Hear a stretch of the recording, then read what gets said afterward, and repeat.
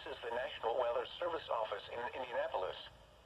The preceding signal was a test of the public warning system on weather radio station KEC74. During potentially dangerous weather situations, specially built receivers can be automatically activated by the signal to warn of the impending hazard. Tests of the signal and receiver's performance are normally conducted by the National Weather Service between 11 a.m. and noon Eastern Time each Wednesday. If there is a threat of severe weather, the test will be postponed to the next available good weather day. Reception of this broadcast, and especially the warning alarm tone, will vary at any given location.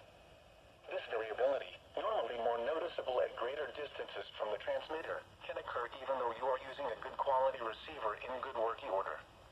The warning alarm tone will be activated for hazardous watches and warnings for the following counties in Indiana: Boone, Decatur, Delaware, Hamilton, Hancock, Hendricks, Henry, Johnson, Madison,